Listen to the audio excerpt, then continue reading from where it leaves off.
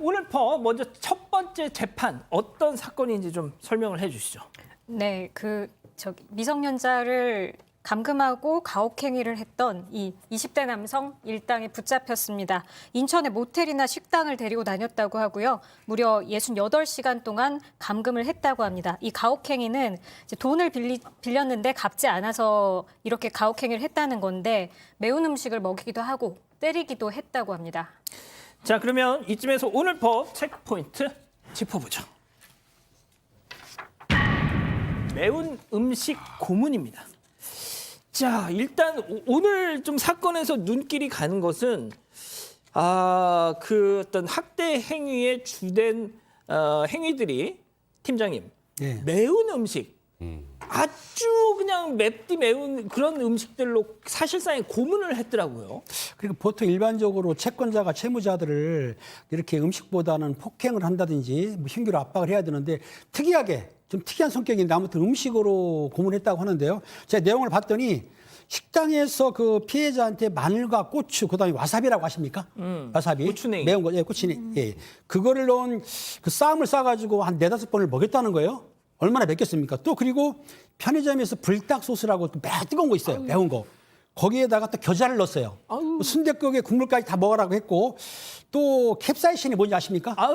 예. 그거를 뿌린 닭꼬치를 억지로 먹게 했는데 내가 이해 안 가는 거는 아니 돈 갚아라 그러면 상당 본인 부모한테 연락할 수도 있거든요. 미성년자이기 때문에. 그런데도 불구하고 때리는 것도 아니고 어떻게 음식을 강제로 먹여가지고 고문하는지 이해가 안 가거든요. 그러니까 제가 이 사건을 보면은 좀 특이한 사건이다. 아, 음식으로도 고문을 하는구나. 이거 뭐 옛날 프랑스에서 거기에다가 막 넣는 거 있죠. 푸아그라. 푸아그라? 푸아그라. 그렇죠. 그거 생각이 나는 거예요. 예. 억지로 먹였는지. 근데 푸아그라는 맵진 않지 않습니까? 아, 매운 걸 먹였다? 독한 사람들입니다, 이 사람들. 아, 예.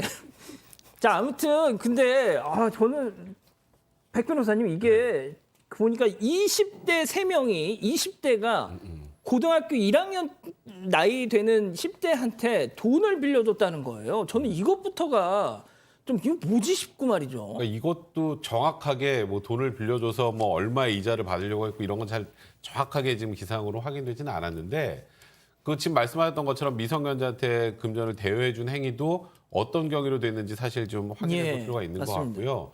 그리고 좀 특이하죠. 보통은 이렇게 감금을 해서 폭행을 하거나 다른 방식 가혹행위라는 경우가 많은데 제 개인적인 생각으로는 사실 이 매운 음식이라는 게 통증이거든요. 그것도 통증이에요. 통증인데 때리면 자국이 남잖아요, 몸에. 예. 근데 매운 음식 먹으면 남나요? 아, 그렇군요. 그러니까 이걸 내가 돈을 안 갚으면 계속 이 고통을 당해야 된다고 해서 더 공포감을 불러일으키는 방법으로 우리가 지금 제목상으로 막 불닭 소스 이러니까 좀 약간 웃겨 보이지만 예. 이걸 직접 계속 아우, 먹어야 되는 사람 입장에서 보면 그럼요. 그거는 때리는 것보다 더한 고통이 될 수 있기 때문에 저는 오히려 이게 무슨 좀 약간 뭐 재밌는 사건이 아니라 오히려 더 지능적이고 더 교묘한 사건이라고 개인이 생각이 좀 듭니다. 그렇군요.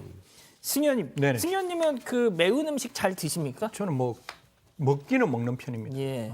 근데 이제 고추냉이 쌈 또 그거 겨자를 순댓국에 풀어가지고 그 국물까지 다 먹게 하고 근데 여기서 멈춘 게 아니라 무슨 촬영까지 했다고요?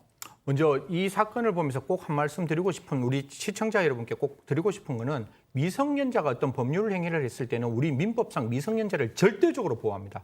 만약에 채권 채무 관계가 만들어졌다 할지라도 부모는 언제든지 이 채권 관계를 취소할 수 있고 거기에 대해서 계약을 해지할 수 있는 권한이 전적으로 보장되어 있기 때문에 이러한 청소년들이 혹시나 이런 문제 있을 때는 반드시 부모님께 말씀하시고 이 부분은 전혀 민사상 문제가 안 되니까 이런 부분에 따라다니실 필요 없다라는 말씀 먼저 드리면서 두 번째는 얘들이 얼마만큼 좀 악랄했는가 하면 자동차를 타면 자동차의 그 문 사이에 목만 요렇게 내게끔 만들었다는 세상에. 거예요. 그러니까 요만큼 차가 요렇게 올라오면 요렇게 만들어서 그거를 촬영했다라고 이야기를 하는 거고 또 사람이 가장 힘든 게 자기가 원치 않게 속옷만 입게 됐을 때가 굉장히 부끄러운 상태거든요. 근데 그렇게 속옷을 입은 상태에서 춤을 출 것인지 아니면 맞을 것인지에 대해서 그 이야기를 했다라고 하니까 사실 그 순간에 이 피해자는 자기가 갖고 있는 인격이 거의 말살되는 거의 무너지는 그런 경험을 하지 않았을까 그렇게 생각을 합니다. 예, 정말 못된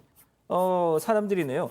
아니 근데 앞서 백 변호사님 말씀하신 것처럼 이런 아주 매운 음식을 먹여서 고통스럽게 하는 거 혹여 이거 보면서 그 방법이 있구나, 상처가 안 남게 하는 방법이 있구나라고 또 뭐 무릎을 치는 사람들이 있을지 모르겠는데 그러다 이렇게 결국 잡힙니다. 자, 백 변호사님.